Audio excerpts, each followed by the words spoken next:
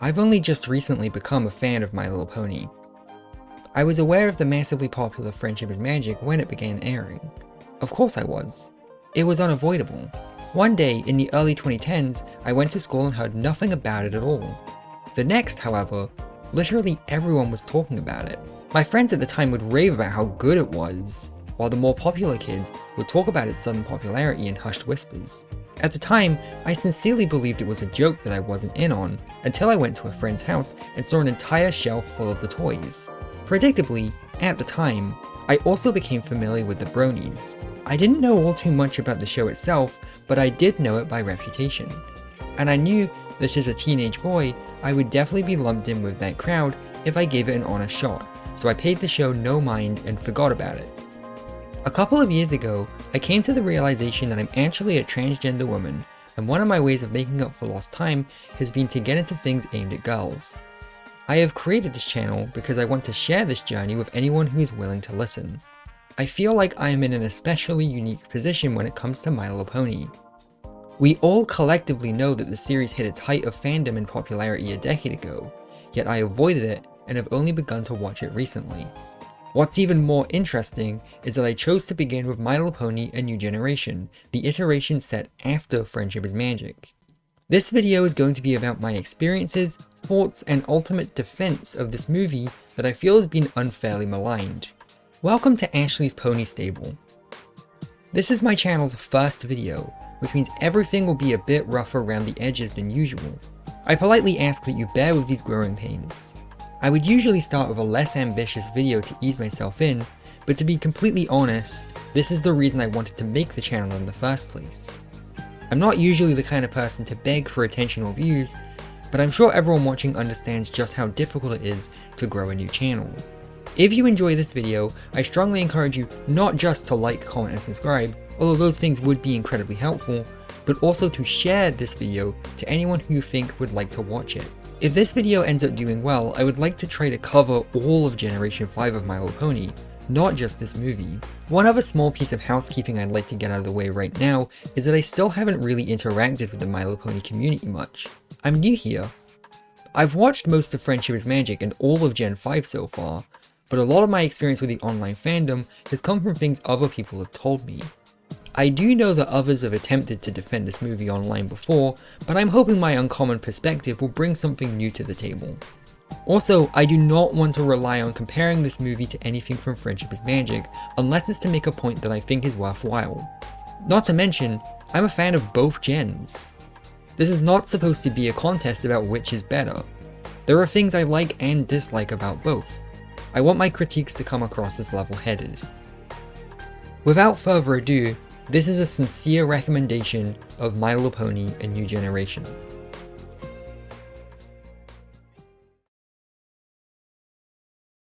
So, why did I start with My Little Pony A New Generation? After all, surely it would have made more sense to go with the first episode of Friendship is Magic instead. Honestly, I initially didn't put that much thought into it at the time.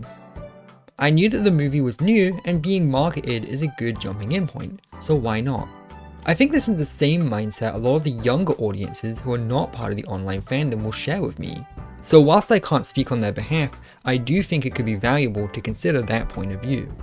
I have seen some arguments that if Gen 5 was really supposed to be aimed at new audiences, why set it in the same world as Friendship is Magic? Well, on my first time watching, I didn't really care.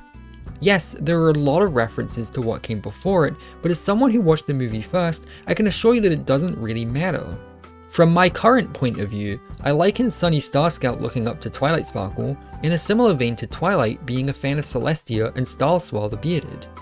In fact, to immediately tackle one of the most popular critiques of Gen 5, that's exactly how I personally view the dynamic between gens.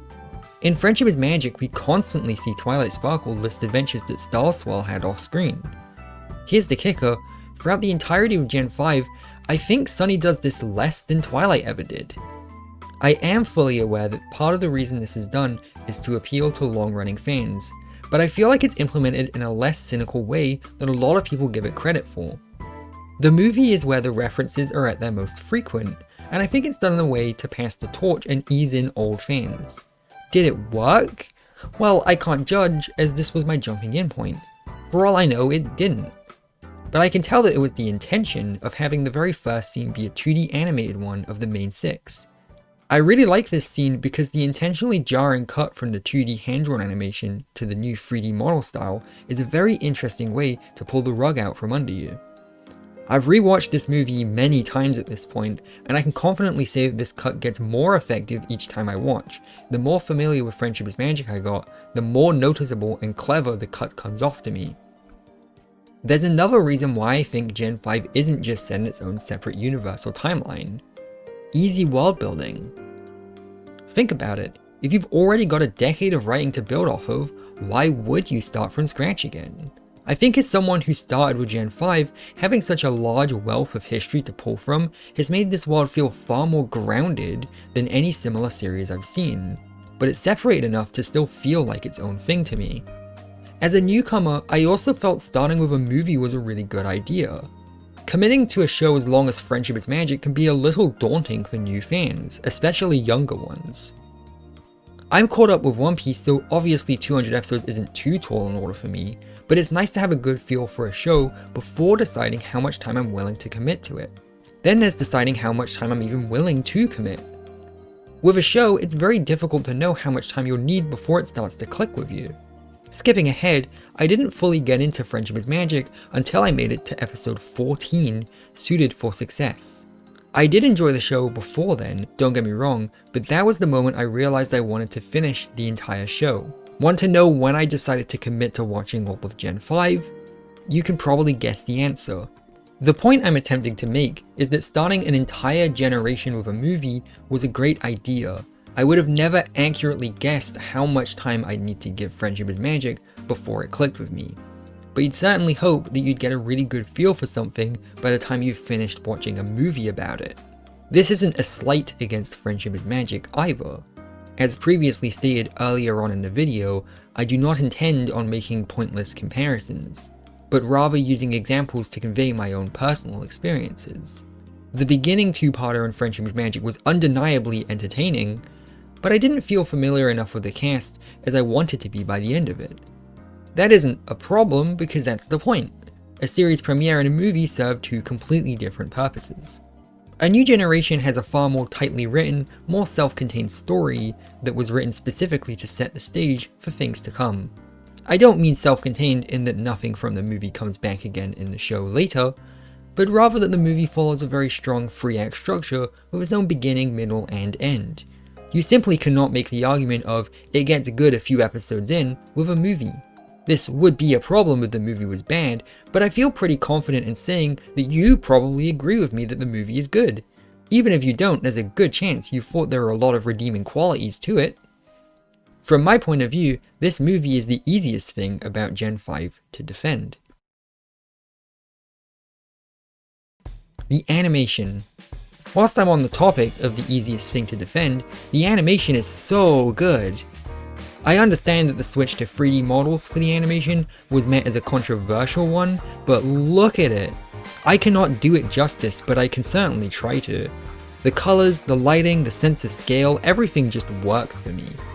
Bear in mind, this is the first My Little Pony thing that I watched, but I would go as far as to say that it's the best looking My Little Pony installment visually. I know I'm just gushing here rather than saying anything productive, but I just love how everything looks. The movie was produced by Netflix, who are very secretive about their budgets and earnings. I couldn't find a number for how much this cost to make, but considering that it was made for streaming rather than getting a wide theatrical release, I think it's safe to say the budget must have been comparatively low to most movies. When you take that into consideration, it becomes insane to think that this looks as good as it does. Boulder Media don't just do the bare minimum here. There are so many little animation flourishes scattered throughout the film. The characters move in ways that are filled with so much personality. You can tell a lot about each character based solely on how they move. Izzy is bouncy and energetic, Pipp is more elegant and flashy, Zipp is straight to the point as her name would imply. The animation language applies to everything in this film.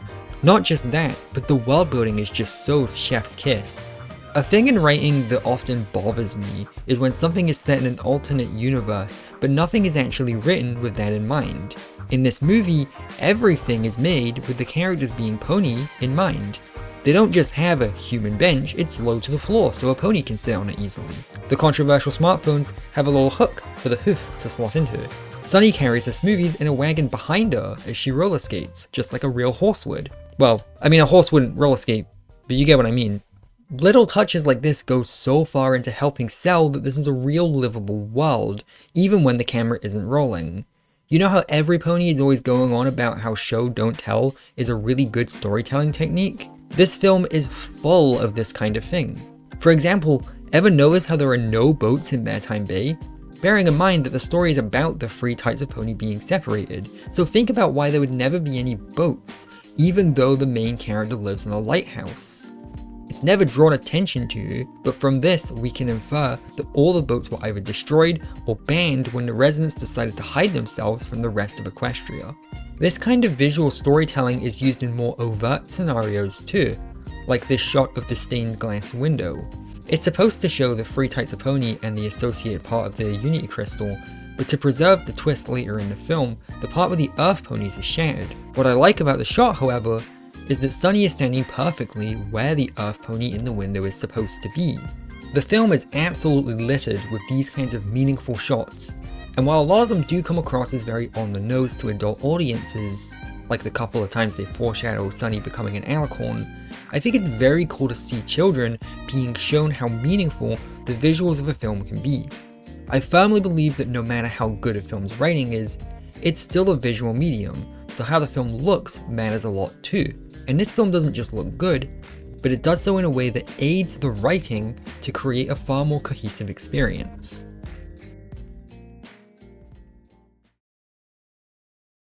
Speaking of the story, there's such an elephant in the room that's difficult to tackle without everyone getting very reactionary very quickly.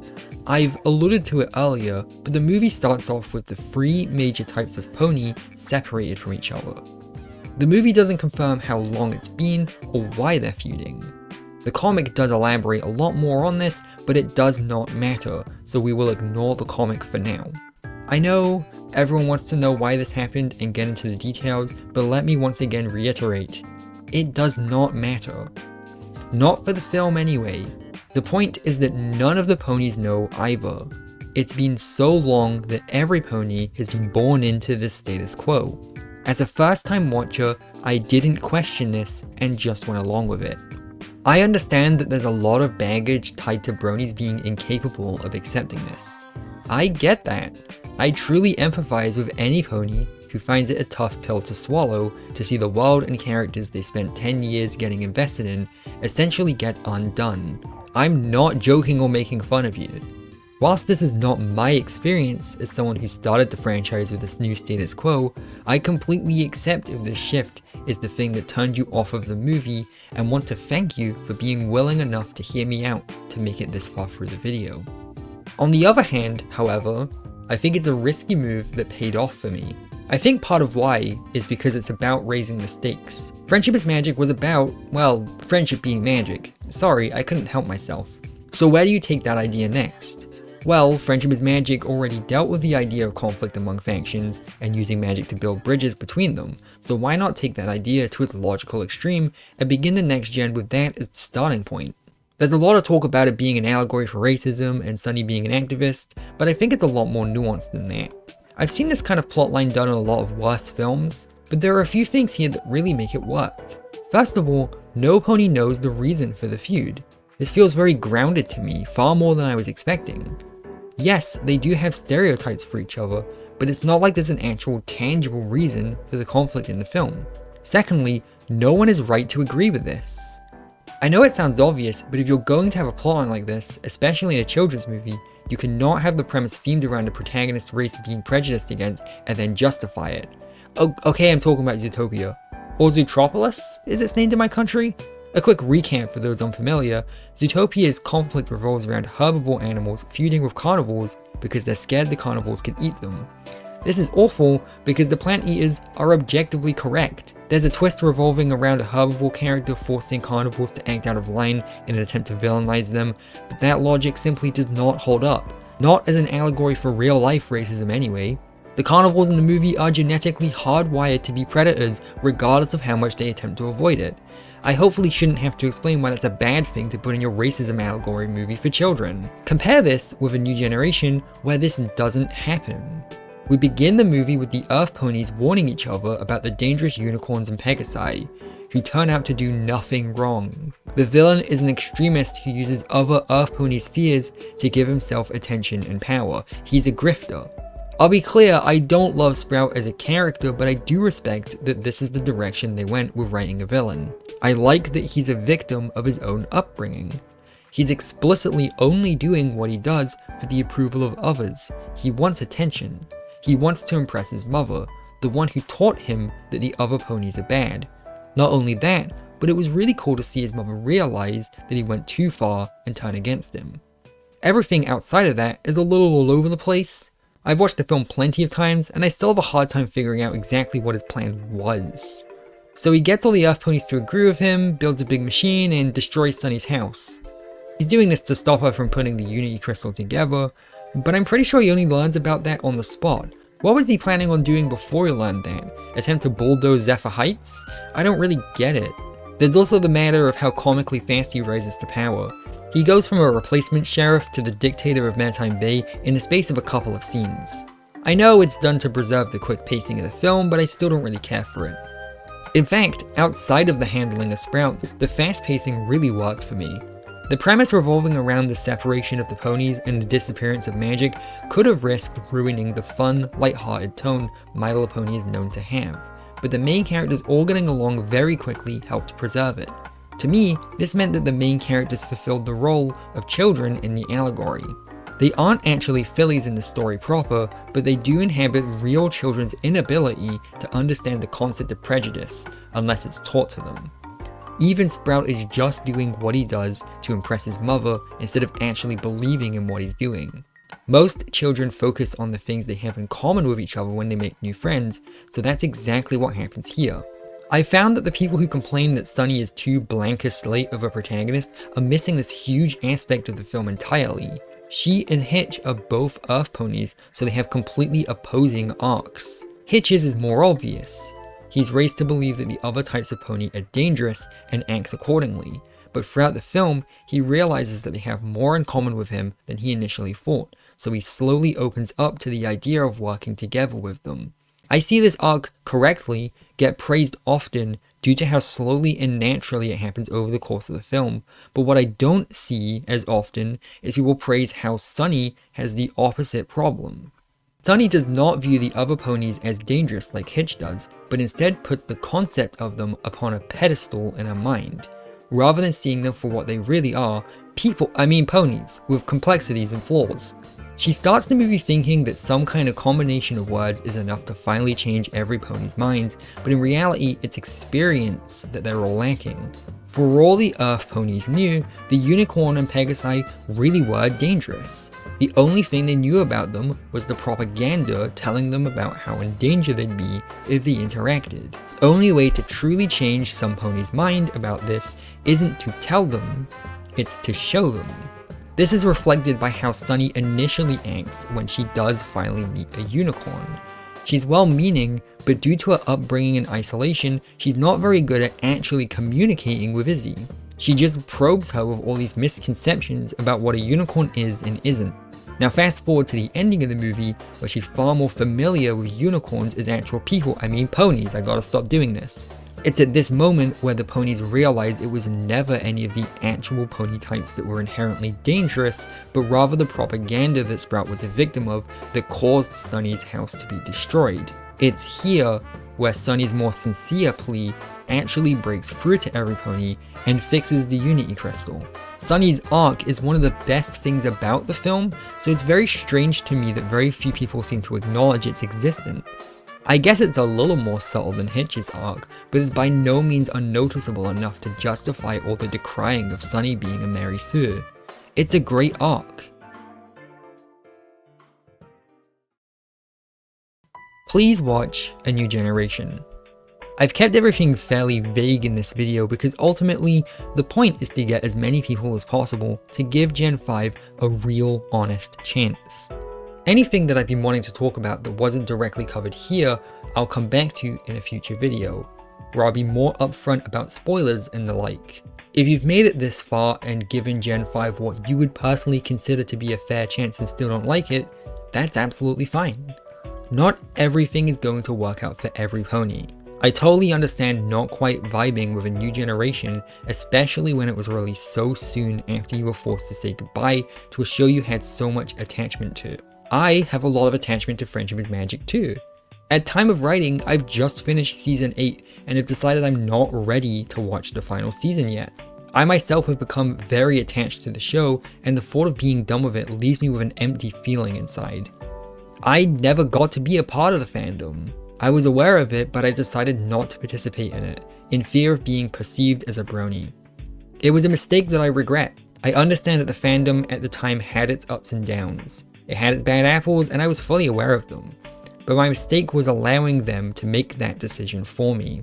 I didn't know at the time whether or not I'd enjoy the show, but I shut myself off from it. I refused to engage with it, and I missed out. But now it's too late. It's just me, on my own, watching Gen 5. I don't think that any of what I missed out on is ever coming back. I don't think they'll make a season 10 of Friendship is Magic, and even if they did, it wouldn't bring the fandom back anyway. I guess what I'm trying to say right now is, looking back on everything, what I like about a new generation is that it shows no matter how much everything changes, there's still potential for a good future.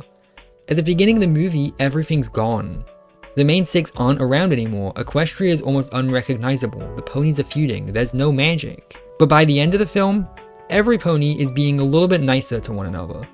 Magic is back.